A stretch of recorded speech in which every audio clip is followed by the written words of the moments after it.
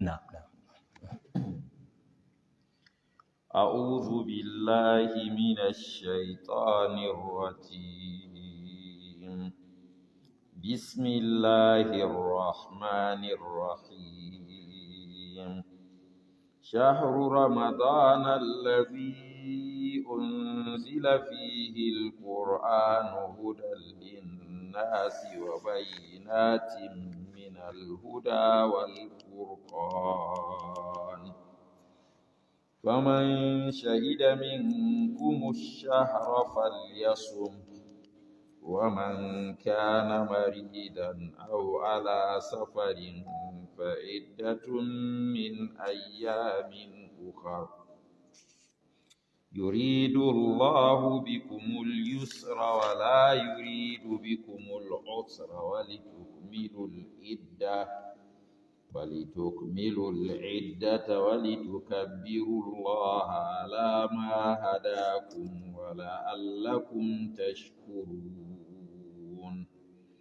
وإذا سألك عبادي عني فإني قريب أجيب دعوة الداع إذا دعان، فليستجيبوا لي وليؤمنوا بي لعلهم يرشدون.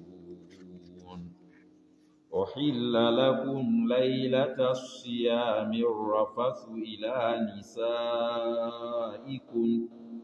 هن لباس لكم وأنتم لباس لهن، علم الله أنكم كنتم تختانون أنفسكم فتاب عليكم وعفى عنكم، فالآن باشروهن وابتغوا ما كتب الله لكم وكلوا واشربوا حتى يتبين لكم الخيط الأبيض من الخيط الأسود من الفجر، ثم أتموا الصيام إلى الليل، ولا تباشروهن وأنتم آكفون في المساجد، تلك حدود الله فلا تقربوها،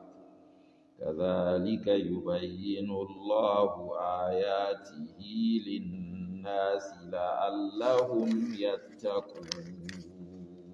حسبك. الحمد لله رب العالمين، وصلى الله وسلم وبارك على نبينا محمد وعلى آله وصحبه أجمعين. In the name of Almighty Allah, the most gracious, the most merciful, may His everlasting peace and blessings continue to be on the seal of His messengers and the last of His prophets, Muhammad ibn Abdullah sallallahu alayhi wa sallam. And may this be extended to cover all members of his household, as well as all of his companions, and whoever follows their footsteps until the day of resurrection. Ameen. Tafsir al-Quran al-Kareem. This is another tafsir session wherein we shall be commenting on the meanings of the glorious book Al-Quran Al-Kareem. Yesterday, we started with verse number 185, but we couldn't complete the commentary on that verse. As usual, insha'Allah ta'ala, that same verse is going to be the starting point of today's tafsir. May Almighty Allah make it easy for us, and may He make it beneficial to all of us in this life and the next. Here, Almighty Allah is saying, having told us clearly, as we said yesterday, by way of refreshing our memory, what exactly is the quality, is the attribute of Al-Quran al-Kareem. Al-Quran al-Kareem was described in this verse using the three major attributes or qualities. And we advise ourselves that we must always see Al-Quran al-Kareem using these three parameters. Please see Al-Quran al-Kareem as a book of guidance. Seek from Al-Quran al-Kareem detailed explanations about what is halal and what is haram. And thirdly, see in Al-Quran al-Kareem a criterion, Al-Furqan, that removes all confusions whenever you have one. It separates darkness from right.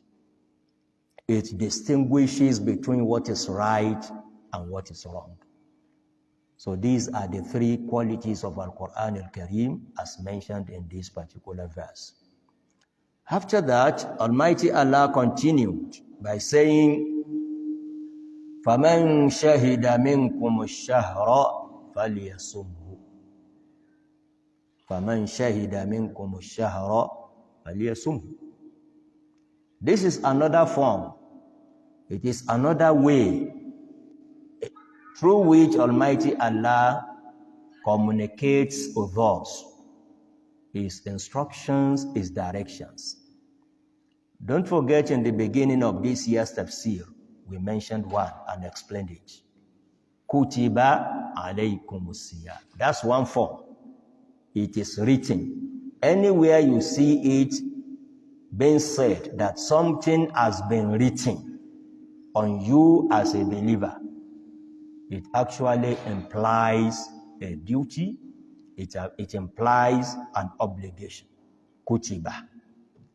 And this is another form that is being mentioned in this particular verse. فَلْيَصُمْهُ. This is what is known in the Arabic language as فِعْلُ الْأَمْرِ, the tone of commandment. Like saying, do, sit, stand, go, come. Allah may choose to communicate His instructions using any tone of commandment. And this is what has been used exactly in this verse. فَلْيَصُمْهُ. You must fast. Who is this one being directed to? Allah says, فَمَنْ شَهِدَ مِنْكُمُ الشَّهْرَ. Whoever, faman in the Arabic language is generic in implication. It doesn't leave out anybody except if he or she has one of the excuses that we of Ramadan. Who witnesses the month of Ramadan, فَلْيَصُمْهُ, must actually observe fasting in Ramadan. So this is the general condition, the fulfillment of which makes it mandatory on you to fast if you have no recognized acceptable excuse. And what is that condition? Did you witness? فَمَنْ شَهِدَ مِنْكُمُ الشَّهْرَ. If you have witnessed Ramadan, then you are duty bound. It is incumbent on you to observe fasting in that month. فَمَنْ شَهِدَ مِنْكُمُ الشَّهْرَ. And condition works in both directions. Anything that is called condition in Sharia works in both directions. If it is fulfilled, then the action must follow. Then automatically, if the condition is missing, the action also misses. Meaning, فَمَنْ شَهِدَ مِنْكُمُ الشَّهْرَ. Whoever witnesses this month, it automatically says, whoever does not witness this month has no obligation of fasting. Now, the issue here is, how do I know that I have witnessed Ramadan? This is the area of controversy now. Because it is clearly stated here, is a condition. Whoever witnesses Ramadan must fast. Then who is that one that has witnessed Ramadan? Shahida. This is another point of misunderstanding the word of Almighty Allah by some people today. You know, Al-Quran Al-Kareem, yes, was revealed in Arabic language. But relying solely, only, exclusively on your knowledge of Arabic language sometimes may mislead you. And that is why Al-Quran Al-Kareem, the best way to interpret Al-Quran Al-Kareem is to find a precedent.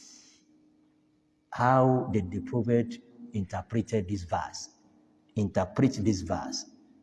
How did the companions of the Prophet ﷺ, how did they understand this verse?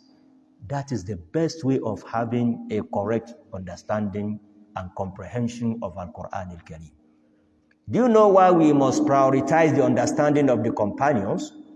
The reason is not far-fetched. They were the direct audience of Al-Quran Al-Kareem. All of us here today and elsewhere, those of us living, we rely on what is called hearsay. We were only told that this is what the Prophet said is Islam. So there should be that respect. Let us emphasize this.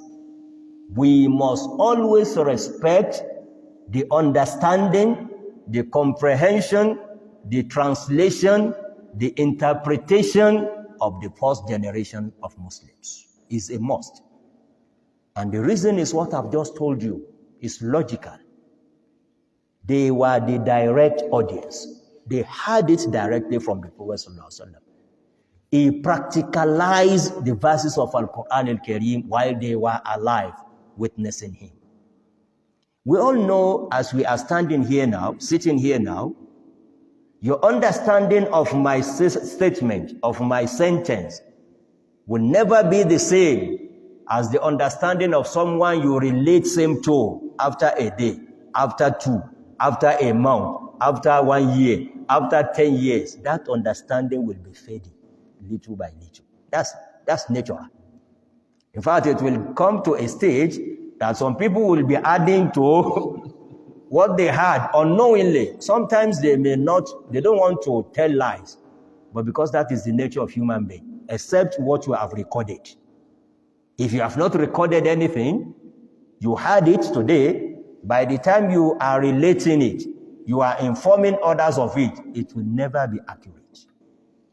Some element may be missing. And even unfortunately, sometimes some element may be added. On this note, let me mention what Imam Malik used. It's funny, but we learn a lot of lessons from it. Imam Malik lived all his lifetime in Medina. He never traveled out, except the suburbs of Medina, Mecca and the rest, which is generally called Al-Hijaz. Mecca, Medina, Ta'if.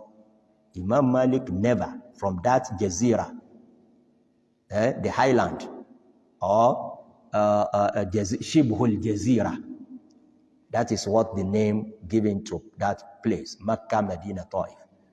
Throughout his lifetime, he never traveled out. That is one of the rare qualities of Imam Malik. And that is why people always respect him. If he says anything is the sunnah, is the practice of the Prophet or the companions of the Prophet, because he lived it and never traveled out throughout his lifetime. Now, surprisingly, Imam Malik, during a Hajj of one particular year, people came from all over the Muslim nation. People came from Iraq. People came from Sham, from all parts of the world. And by the time they come, you see, everybody must have had a particular level of knowledge. And they will be exhibiting this knowledge. Surprisingly to Imam Malik, he will be hearing for the first time from people coming from over 1,000 miles ago a hadith that he has never heard of. Then he queried them one day by saying, عجبا لكم يا أهل العراق يخرج منا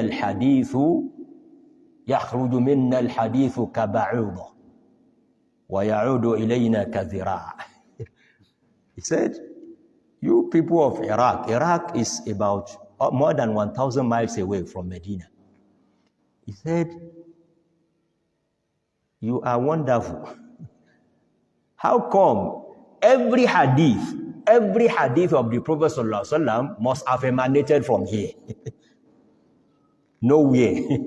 If you quote a hadith of the Prophet ﷺ, it must have emanated from Medina. That is why he lived most of his lifetime. Then he questioned them, how come something that has its root here in Medina, something that came out from this place at Medina, like what? Look at what Imam Malik said to describe it. Like a ba'ud, or like a mosquito. Something that is as small, a hadith that is as small as what? As a mosquito. By the time it comes back to us from you people, it's like an arm length. That is the nature of human beings. They will add to it, they will alter it, they will rephrase it, they will adjust it.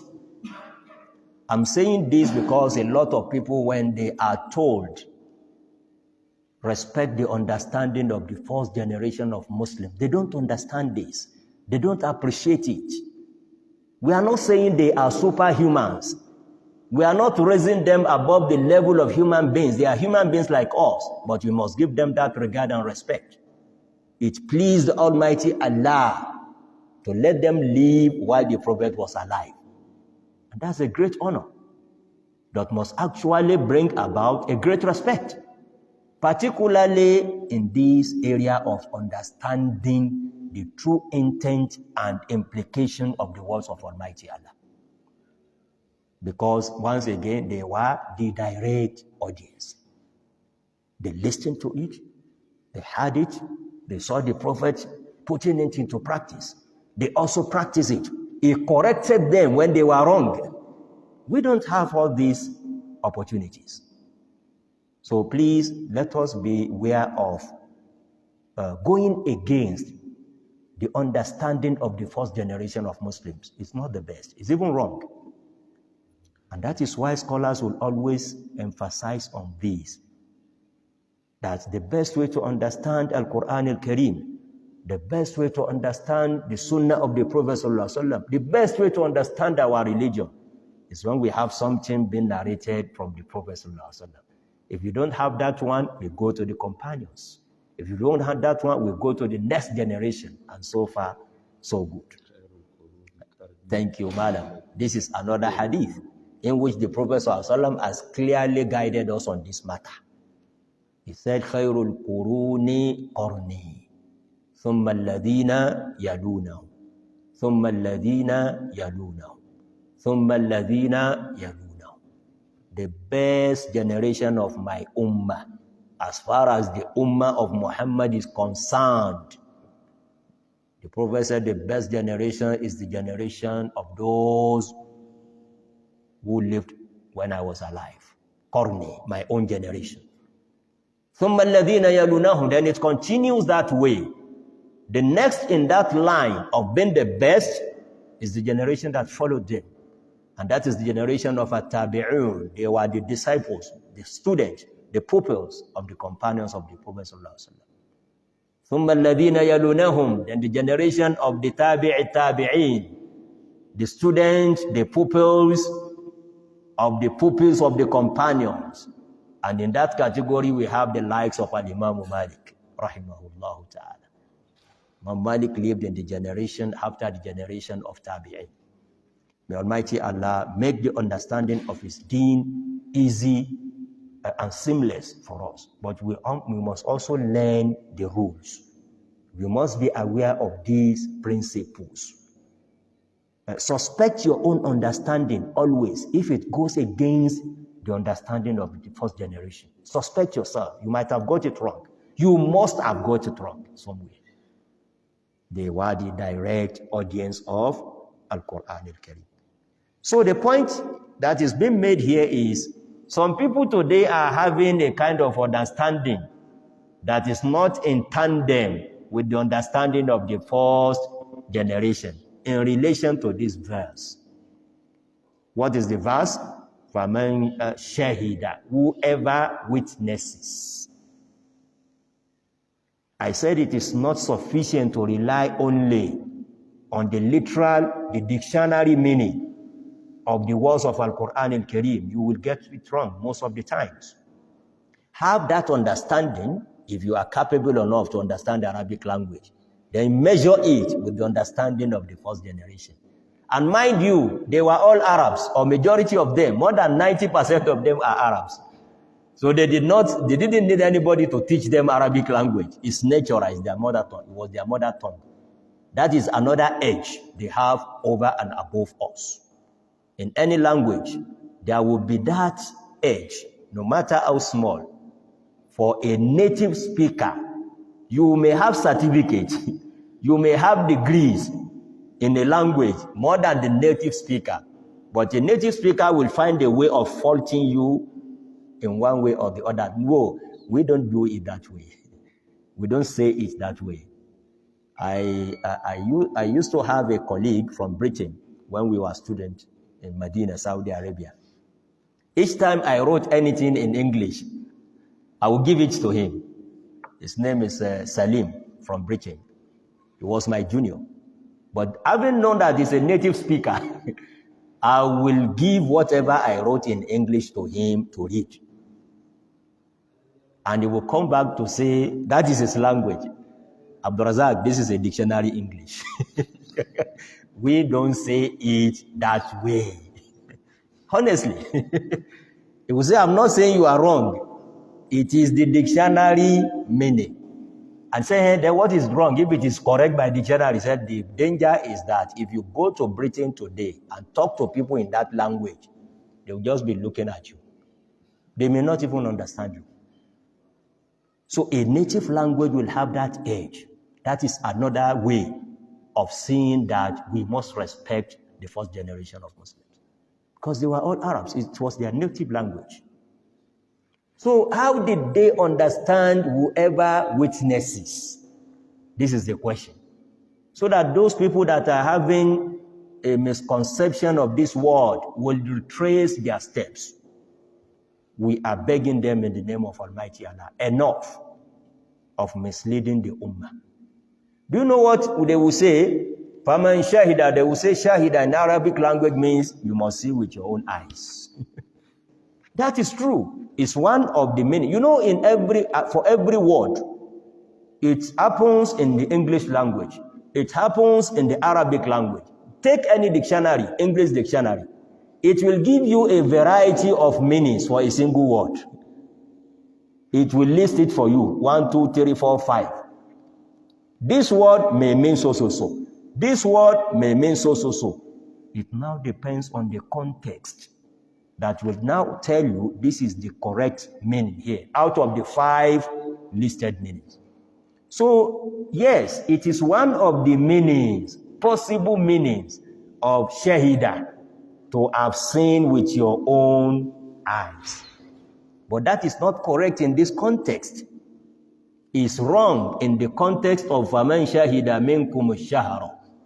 Whoever has this wrong understanding and misconception, do you know what they will say? And some of them are still on it up till today. We entered Ramadan on Saturday, they will not fast. On Sunday, they will not fast. You know, naturally, Hilal, the crescent, will not be seen by naked eyes on the first night. But by the time it gets to the 3rd night, it will be discernible. It will be clear enough to be seen by all. That is when they will start their own Ramadan. And when you ask them why, they will say, Al-Quran says, فَمَنْ شَهِدَ مِنْكُمُ الشَّهْرَ. Whoever witnesses. Witnesses means you see it with your own eyes. Please retrace your steps. Know that you are accountable for your deeds. Stop misleading the Muslim Ummah. Go back to the understanding of the first generation of Muslims. How did they understand it? We have read unto our hearing in this place.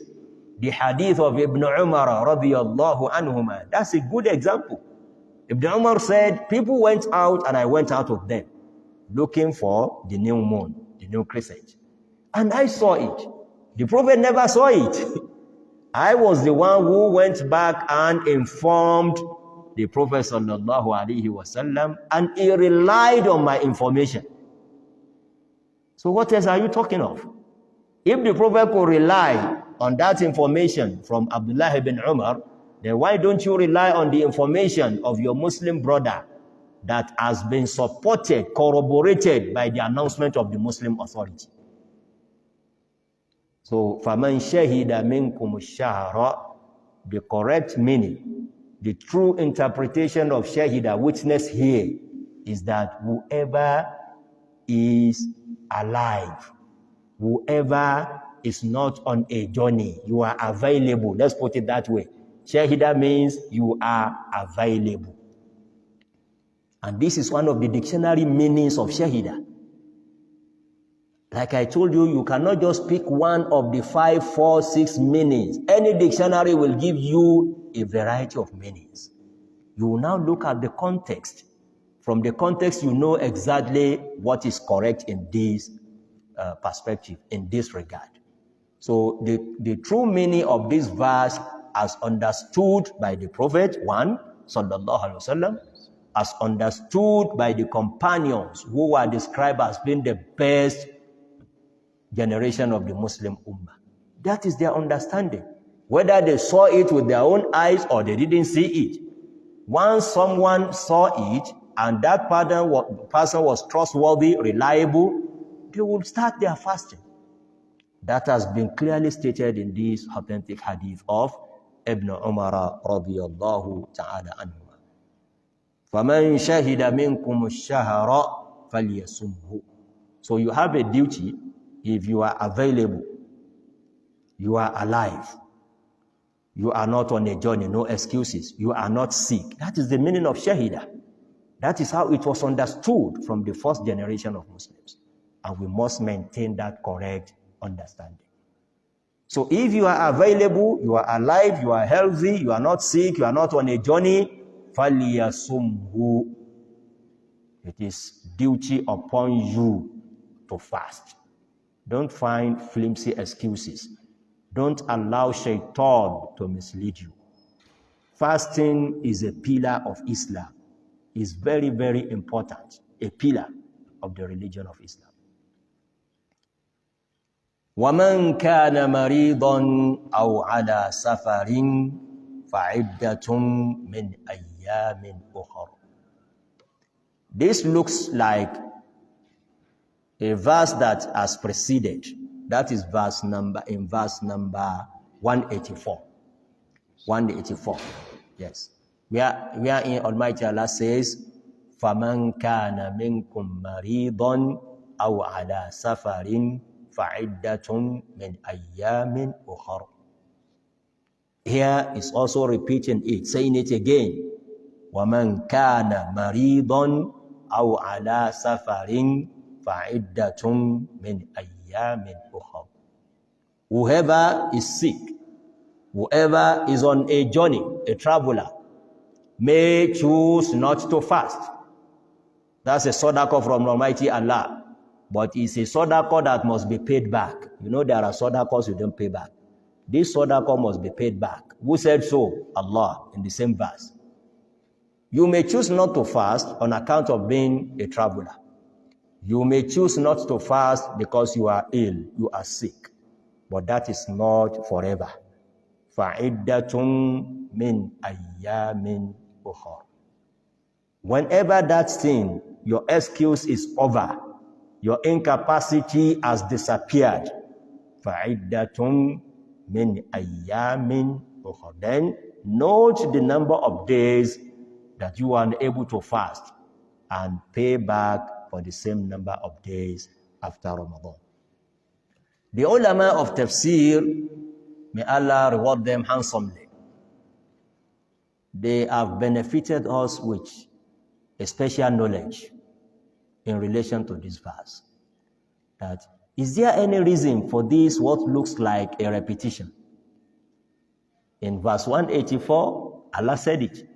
Whoever is sick or on a journey should just note and account for those days and pay back after Ramadan. Here is saying the same thing. Is it just to occupy a new space? Allah does not do that. Whatever you find in Al-Quran Al-Kareem, a word, every letter, every word of Al-Quran Al-Kareem must have a reason for being there. Now, what is the reason associated with attributed? This one is attributed to one reason. When you look back, when Almighty Allah gave that instruction, that injunction in the previous verse, it added one other case to it, which is the case of وَعَلَى الَّذِينَ يُطِيقُونَهُ. We said one of the interpretations of this one is that in the beginning, Ramadan was a matter of choice. In the beginning, it was a matter of choice. If you are capable, fast. If you don't, feed. That was in the beginning. But through the theory of al-nasikh wal-mansukh, this is part and parcel of Al-Quran. Because Allah said it clearly. Whoever is disputing this is disputing a number of verses of Al-Quran. Surah Al-Baqarah, chapter 2, verse 105. مَا نَنْسَخْ مِنْ آيَةٍ أَوْ نُنْسِهَا. That's 105, verse 105. So as we are saying, Allah may choose to remove any instruction at a particular point in time, remove it permanently without replacement, if He wishes, or remove it sometimes with a replacement. This is what we call theory of abrogation. This particular instruction was later abrogated. And what is the abrogating verse? It is this particular verse. This verse now generalized it, as I said in the beginning. For man, whoever.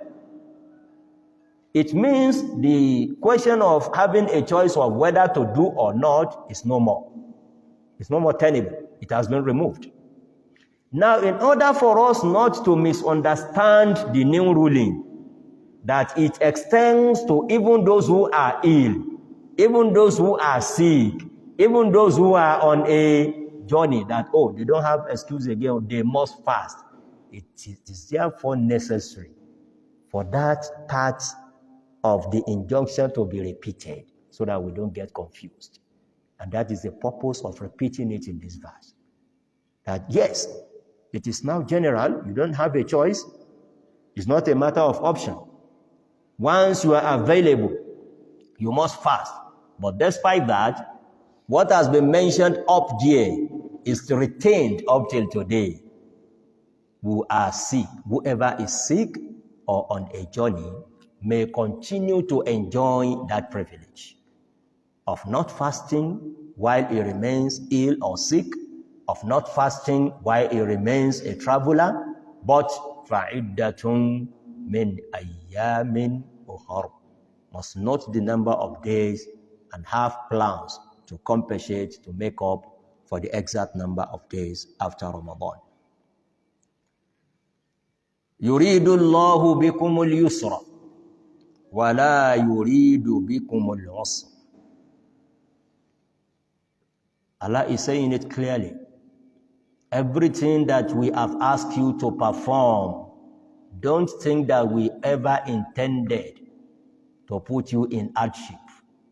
Don't ever think, don't ever allow yourself to be misled into thinking that Allah deliberately wants to punish you. That is not the case. This is what He's saying here. يُرِيدُ اللَّهُ بِكُمُ الْيُسْرَ. Allah actually wants for you ease. He wants for you facility. He wants for you what will be convenient for you. يُرِيدُ اللَّهُ بِكُمُ الْيُسْرَ وَلَا يُرِيدُ بِكُمُ الْعُسْرَ. Never. Allah never wants to put any burden on you beyond what you can carry. He never intends to put difficulty or hardship on you. لَا يُرِيدُ بِكُمُ الْعُسْرَ. And that is why even in this particular instruction about fasting, He still created an opportunity for us. If he had wished, he would keep quiet. He will not repeat وَمَنْ كَانَ مِنْكُمْ مَرِيضًا. And it will be general. Even if you are sick, you must fast. And if you die while fasting, may Allah have mercy on you. But that is not the case. We must be thankful to Almighty Allah. He said that is not the case. If it has been the case, then we say it's hardship being put on us. But in the contrary, no. يُرِيدُ اللَّهُ بِكُمُ الْيُسْرَ وَلَا يُرِيدُ بِكُمُ الْعُسْرَ. And this is general about the teachings of Islam. We have mentioned examples here this year of how lenient, how simple, how easy it is for you to practice Islam. It doesn't take much of your resources. In fact, it doesn't take a great amount of what is at your disposal of resources. Think of your resources as time. What Allah requests from you to use as time for worshiping Him is the barest minimum. Think of it as your material resources. What He asks you to give to Him in His name, not to Him, in His name. Allahu Akbar. You see the issue of zakat that we said, it is even recommended to give to your relatives. Can you see it? It's even more rewarding. If you have an uncle, you have a cousin, you have a niece, you have a nephew that is suffering, giving him or her your zakat is even more rewarding. Then whom are you worshiping? It's just a way of showing His mercy on us. He requests the barest minimum, and the barest minimum may even be given to your own relatives.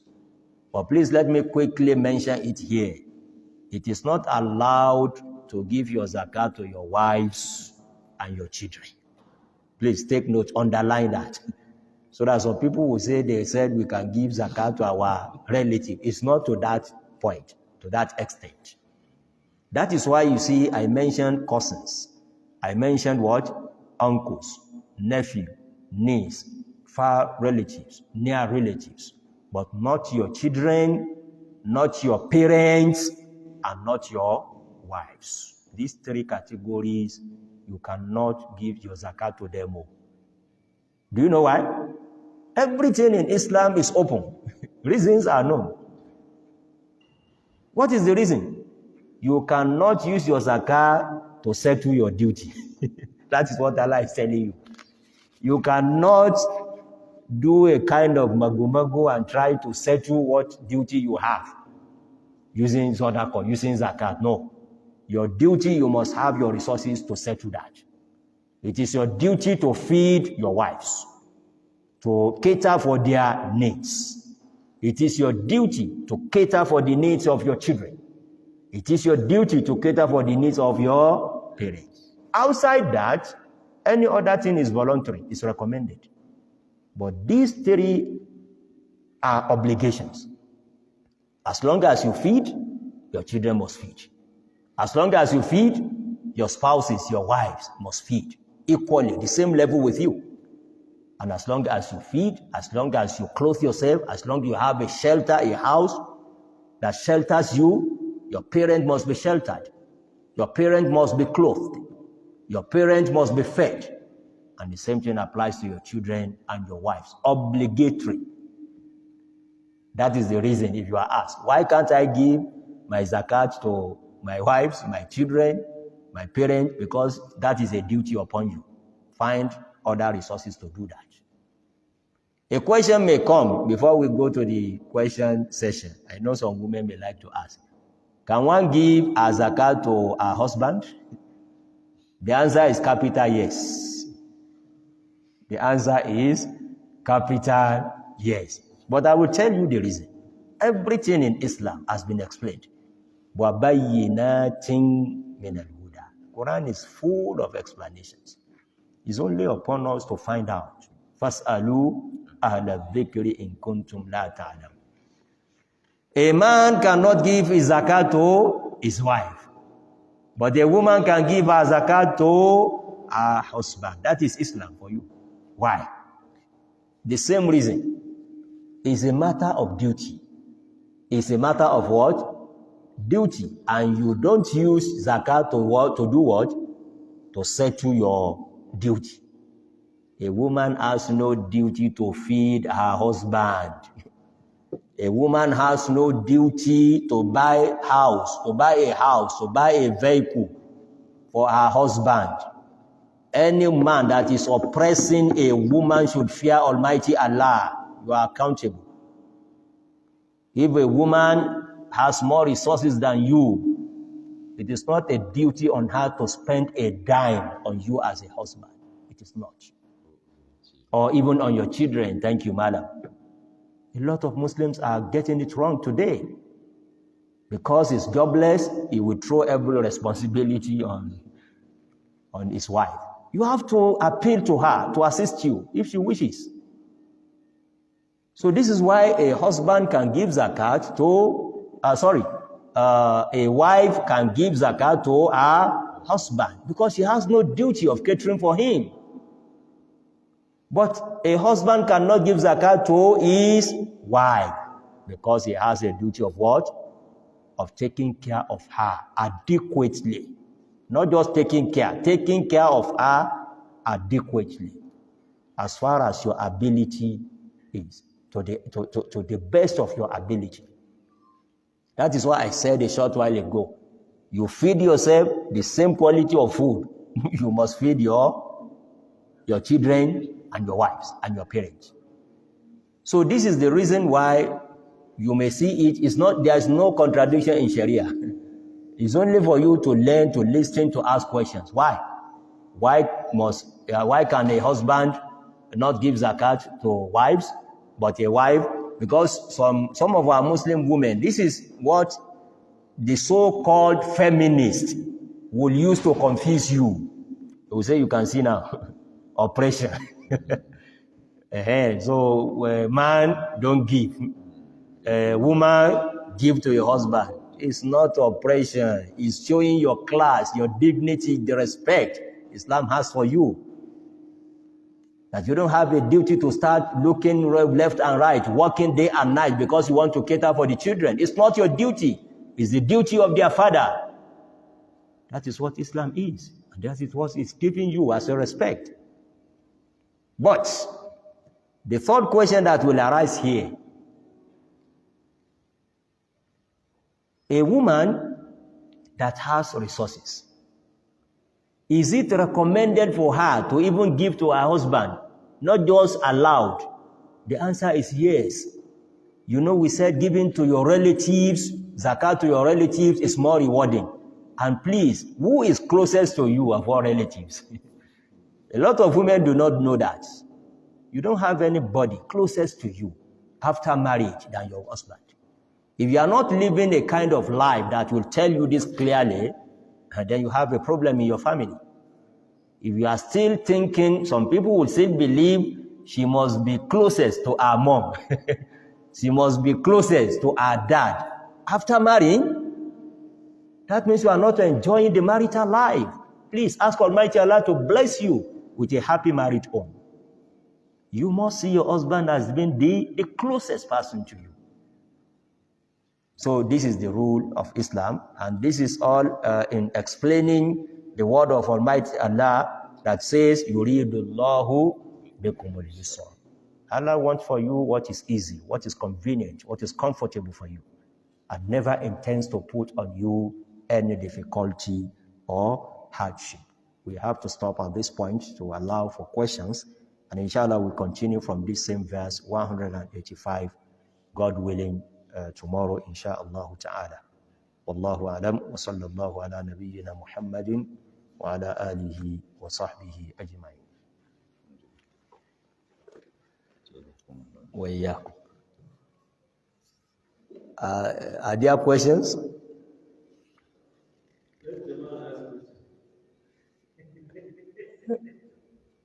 Kamal is, Controller Kamal, you have a question? Now.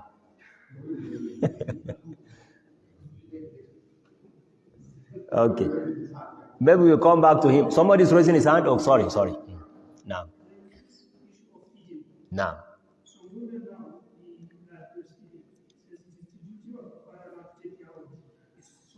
Yes. Mm. Yes. Yes. Thank you very much. It's an interesting question. That we said in Islam, it is the duty of a man to take care of his children, males and females. Please, if you are only taking care of females and throwing away males, you will be accountable for them on the day of resurrection. Because let me digress a little bit. We have a language that we use in Nigeria that is very embarrassing, and we are self-deceiving ourselves. These so-called out-of-school children, out-of-school children. Why are they out of school?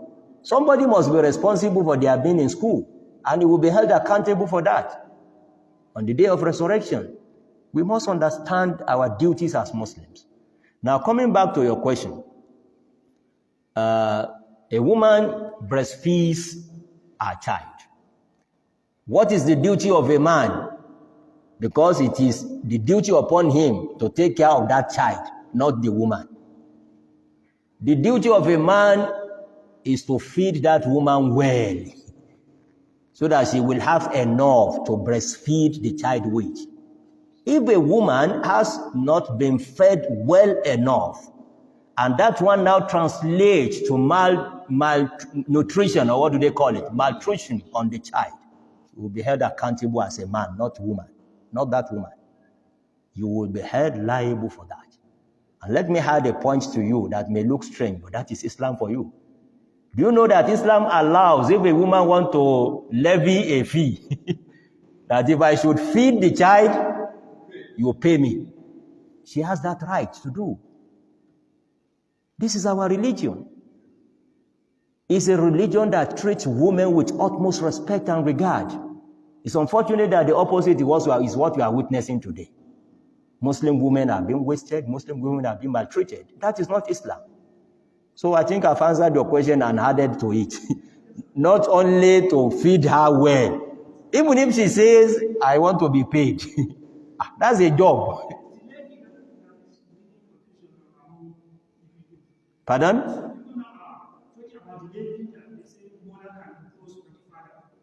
Okay.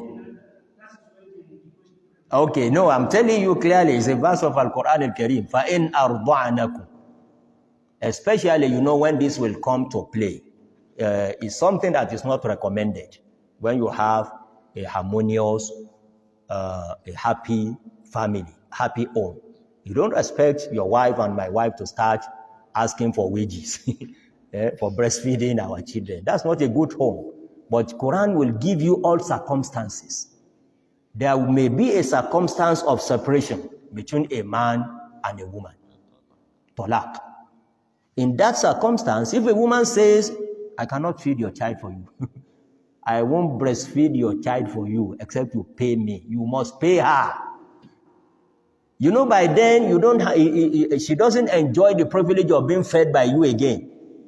She may be a wife of another man, but you still want her to take care of your little kid. If she requests for a wage, a salary, and emolument, Malam, you must pay. That's Islam. Now, thank you. So this question, I think you have asked on behalf of women. So they may not have another question today. That will be sufficient for them today. Prof.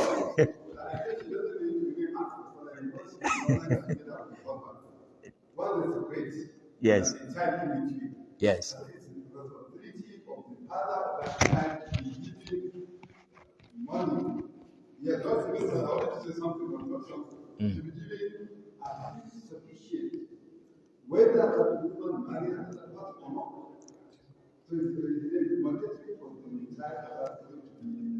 Yes, exactly.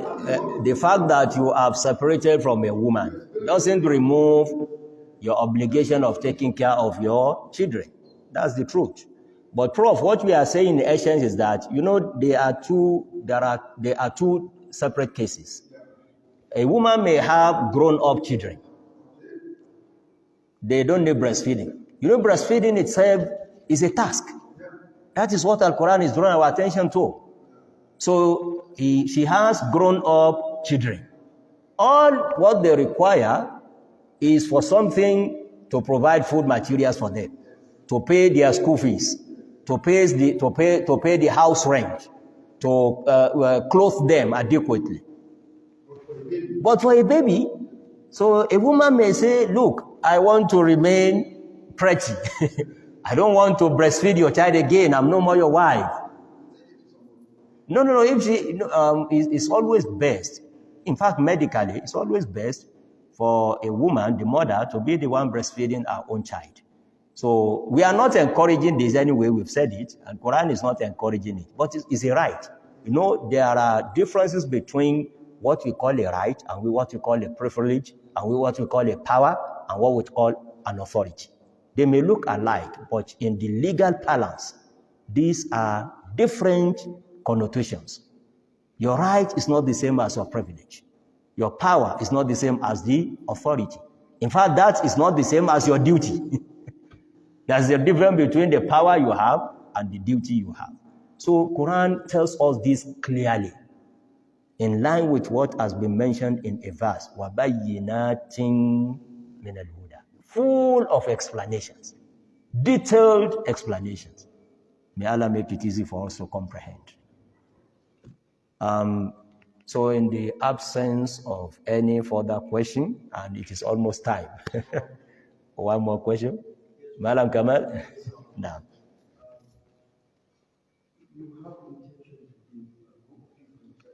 No. Yes. Yes. No. But in this scenario, the group unanimously agree among themselves that instead of taking the amount, which is cash, that they would rather purchase something that will serve as a means of livelihood for the beneficiary. Generating income from them, either on monthly or whatever basis. Does that zakat suffice? Thank you very much. It's a very good question. It's about zakat. The question by Controller Kamal is as simple as this, for the benefit of those who are watching, that you want to pay your zakat. And you have identified a beneficiary or even a group of beneficiaries. But from your experience, from your knowledge of them, this man that has never counted 5,000 naira, all of a sudden he has 50,000. He may squander everything in a number of days or weeks, which is true. Can you now decide to buy for him something that will generate income for him? Is that the question? Thank you. It's a very interesting question. That's what I'm saying. Either one or more. It may be one beneficiary or a group of beneficiaries. It's the same. It's a very interesting question. It's a question that has even attracted the attention of the highest authority of contemporary Muslim jurists. At the Islamic Fiqh Academy in Mecca, at the Islamic Fiqh Academy in Jeddah, and in many other places, they have deliberated more than once on this particular matter. Because in Sharia, originally, zakah must be handed over to the beneficiary. And it is the beneficiary that will take that decision, will prioritize whether he wants to buy food or buy machine or buy vehicle or rent a house, the decision, or go and marry another woman. That's true. We know ourselves, we know our people. So that is the original ruling. But along the line, when a lot of issues are coming up, the same set of people that collected zakat today are still waiting for zakat next year. Until the rest of their life, they will be in that position. That made the contemporary ulama to have that thought that zakat is not fulfilling the purpose. And zakat is not just something that has no purpose. There is a purpose for making zakat obligatory on us, the well-to-do ones among us. It is to bail those who are in poverty, to bail them out, at least from abject poverty, severe poverty. But what we are witnessing, not only in Nigeria, even outside Nigeria, in many Muslim communities, that is the case. And that is why they had to deliberate on this, taking into cognizance a lot of authorities from Al-Quran, from Sunnah, from the practice of the Prophet, and those who came after him as the first, second, third generations of Muslims. But up till today, they are having two views. We have some scholars who still believe up till this moment that zakat must be handed over to the beneficiary.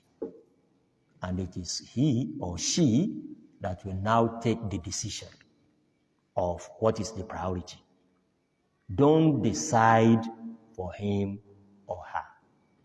But we have a number of Muslim scholars, highly reputable and knowledgeable Muslim scholars in the world today, who are of the opinion that for zakat, yes, they agree. That is the original ruling. But if something is failing to achieve the aim, everything in Islam has an objective. This is what we call maqasidu sharia. It has an objective. If people are now making it not to work towards achieving that objective, they say we have a duty to redirect it so that it will achieve the objective. If it has achieved the objective, we can revert back to the original rule and say nothing has been contradicted of the rules of Sharia. Zakat still belongs to them, but will belong to them in a meaningful way, in a way that will be beneficial to them and satisfy the intent, the purpose of zakat obligation. And that is why they allow it. And this is being practiced in many parts of the world today. I remember about last year, even it has been taken to a higher level. I got an invitation from an international organization to answer a set of questions. They wanted to use zakat. It's a UN organization for refugees. It's a UNCHR or something. They wanted to see the opinions of Muslim scholars all over the world, whether they can make use of zakat in attending to the needs of refugees all over the world, majority of whom are Muslims today, unfortunately. Majority of refugees in the world today are our brothers and sisters in Islam. So that is to say, is a position that is upheld by many scholars today and is being even developed, taken to higher and higher levels. Wallahu a'lam. We still have written questions. Let's take the doctor. Sorry, okay, it's in line with that one. Okay, let's take it. No. No. He even said that it is the recipients that have decided to say that please help us invest this money on our behalf. Okay. So Not you deciding. Okay. That's even better. Thank you for the clarification. Let's address that one too. It's very clear. They have the control. All what we are saying is that they must have what? The control of their own zakat. Zakat is for them. Zakat is for them. You know, here, what is being guided against is for people to take undue advantage of zakat payment. Let me give you one instance that has been clearly earmarked by scholars as a no-go area. This is what is being guided against. That you will now wake up today and say, because Malam so is indebted to me. So it is he that I will give my zakat to. And we'll just tell him, don't worry, you owe me 100,000 naira, don't worry. I've taken it as your zakat. He said that's a no-go area. You shouldn't do that. Give the 100,000 to him and let him take that decision. He may have more important needs and more compelling reasons to delay your own payment. For example, it may happen he has a child that is sick, hospitalized, and you are not any reasonable man will prioritize taking care of the health of the child before coming to think of settling a debt obligation, especially when the obligation is not due.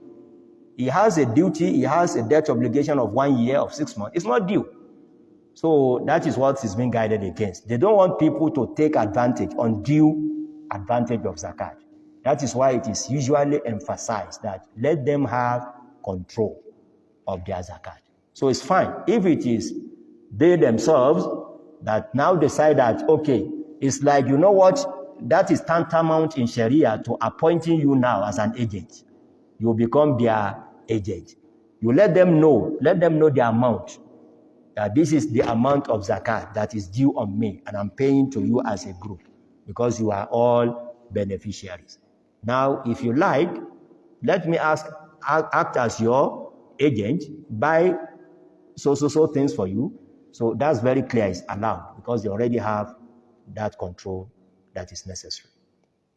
You said 2 good things. Another bad practice. In our society here, in our community here, is where these rich men with so many people working for them. Aha. And let's just take them to Hajj. You see?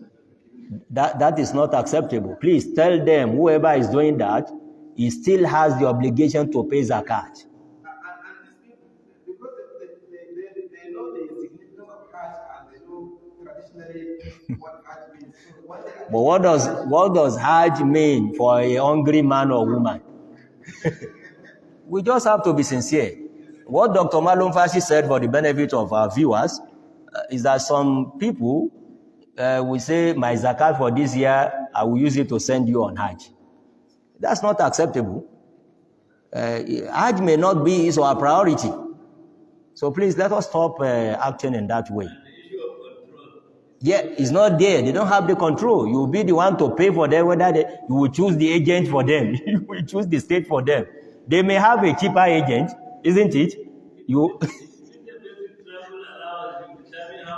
You see, that's no more zakat. Thank you very much.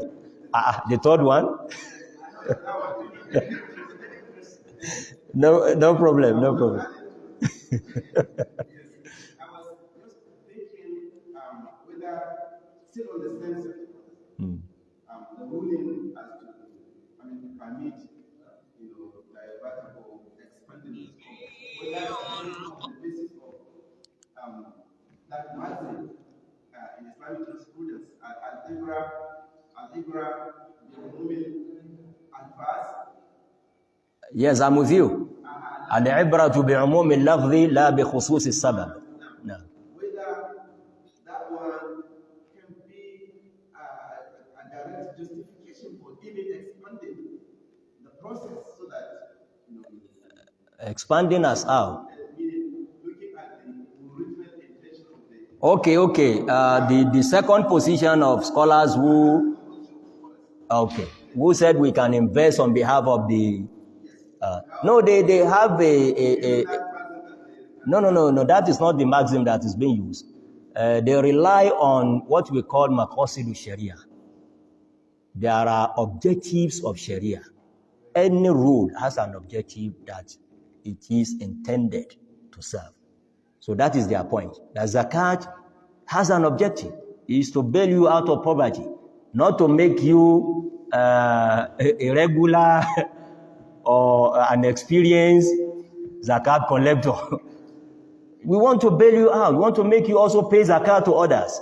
So that is their own thinking. And it's very, very germane because we have objectives of Sharia, maqasidu Sharia. I think let's quickly take these two because it has been written. This one says, is paying of fasting compulsory for a woman above 100 years of age? May Allah bless her age and give her more. Alhamdulillah. Well, we will answer this question from the perspective of us as Nigerians. A Nigerian that is 100 years of old should be exempted from fasting. In some other climes, you may find 100 years still strong, healthy enough. That's why I'm saying we have to put it in that perspective. As far as we are concerned in this environment, someone has lived even 90. The reason I'm saying this is that you know that the former Prime Minister of Malaysia, Mahathir Mohamad, came back to become a Prime Minister at 92. I don't think that can happen in Africa.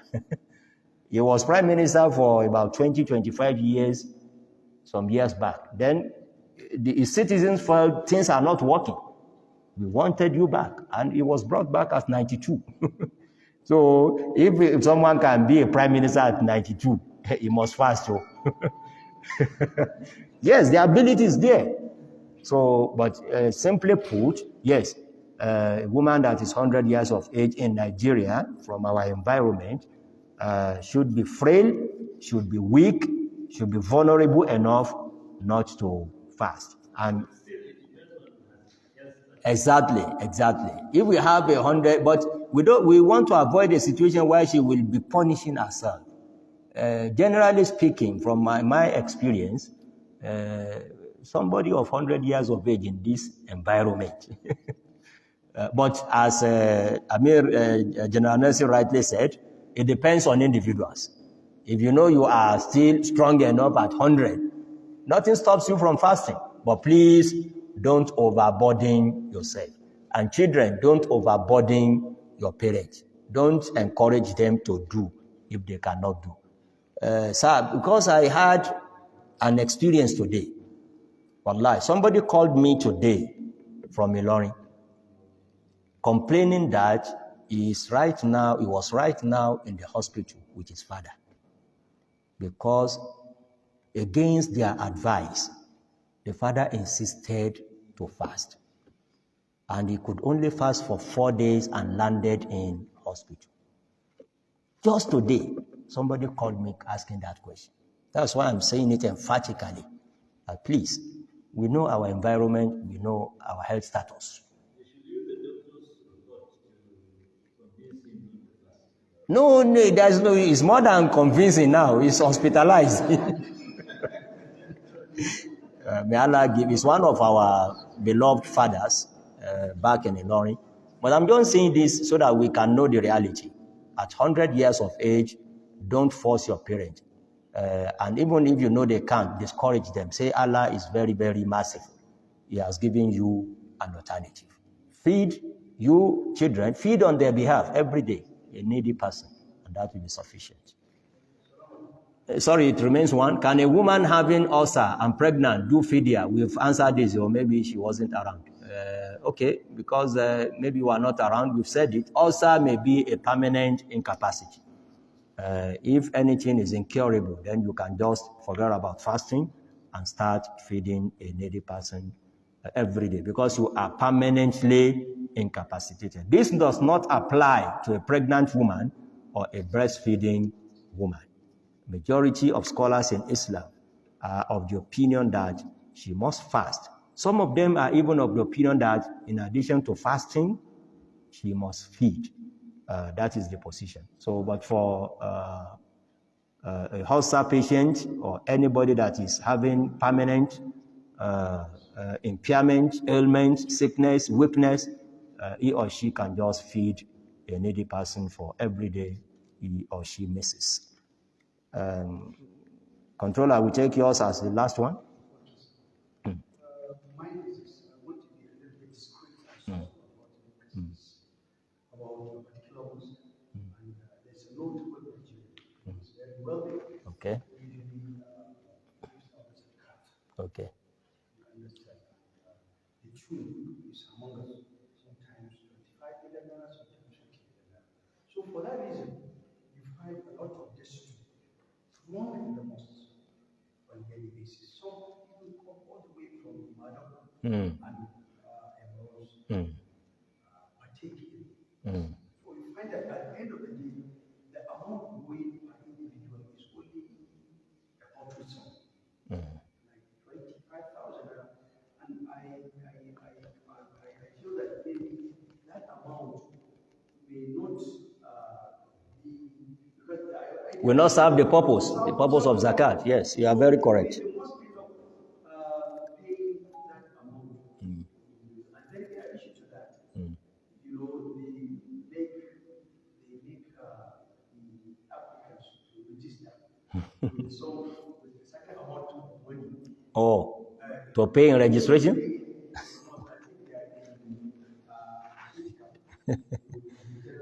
Okay, pay to have itikaf, not pay to get zakat. Oh, okay. So itikaf for them is a gateway to becoming a beneficiary of zakat. May Allah preserve us. It's very unfortunate. It's very unfortunate. But you see, Madam Kamal, what you have just said is a reality. And we will appeal to ourselves. Whoever has the ears of the wealthy individuals among us, please tell them there is a difference between Sadaqah and Zakat. A lot of them today, as you rightly said, in fact, I've heard of a worst case, a worst scenario. Distributing Zakat in envelopes as little as 2,000 naira, 3,000 naira, 1,000 naira, because I want to give to hundreds or thousands of people. That is not the intent of Zakat. It's not the intent of Zakat. You can do your Sadaqah of 1 naira, 5 naira. The best way to do your Zakat, according to the Muslim jurists, is to see how to transform the beneficiary. In fact, according to Imam Nawawi of the Shafi'i school, it is even mandatory that zakat must be given to someone to liberate him or her from poverty. But others will not take it as being mandatory, but recommended. And look at what will be beneficial, what will take him out of begging, not becoming constant, coming all the year, through every year, getting 5,000 naira, 2,000 naira. We have to advise them, please. Islam has a lot of programs for us that if we implement them the way they ought to be implemented, we don't have an excuse of being the poorest in any community. But the reality is that we are always the poorest. Any community, any society you go, mixed society you go into, you will find out that in most cases Muslims are the poorest. Why must it be? It's because we are wrongly implementing the rules of our deen. So please, I know a lot of us have that opportunity of being close to the wealthy individuals. Let us advise them. They are making a lot of mistakes. I used to remember a pathetic situation, very, very pathetic. I will also try not to mention name, as you said. In 1 year, I had an opportunity of being in Medina with a very wealthy individual from Nigeria. And he also sponsored a lot of people. In fact, it was one of them that was my own visitor. He came to visit me in my house. And I asked them, how did you come? So sponsored, I think about 80 of them. 80 of them to come on Umrah. Umrah, that is, you must pay if you want to come Umrah to do Ibadah. And mind you, those people he sponsored, they are not poor. In fact, to be more explicit, the man that was talking to me later became a minister of the Federal Republic of Nigeria. They are not poor. Just his entourage, 80, more than 80, sponsoring them. Then I asked him a question. That is the point I wanted to make. I said, so the man is so rich? I said, he's super rich. He's super rich. You don't know? I said, I don't know. I said, okay, in that way, is zakat every year must run into millions, if not close to billions, and that should make a difference in the society. Then he held my hand like this, honestly. That man that informed me that later became a minister, he held my hand that way and said, Doctor, I was not even a professor then. Doctor, he said, Wallah, I don't think he pays zakat. Honestly. He said, I don't think he pays zakat. So leaving what is obligatory and going to do what Allah does not require from you. Allah does not ask you to sponsor people on Hajj, sponsor people on Umrah. So they are making a lot of mistakes. They are spending, but spending wrongly. That is my point. They are actually spending, but spending wrongly. So we should pity them also, those of us that are close to them, by advising them to do the right thing. The Almighty Allah make it easy for all of us. It's almost time for iftar. ربنا آتنا في الدنيا حسنة وفي الآخرة حسنة وقنا عذاب النار ربنا لا تزغ قلوبنا بعد إذ هديتنا وهب لنا من لدنك رحمة إنك أنت الوهاب وسبحانك اللهم وبحمدك أشهد أن لا إله إلا أنت أستغفرك وأتوب إليك.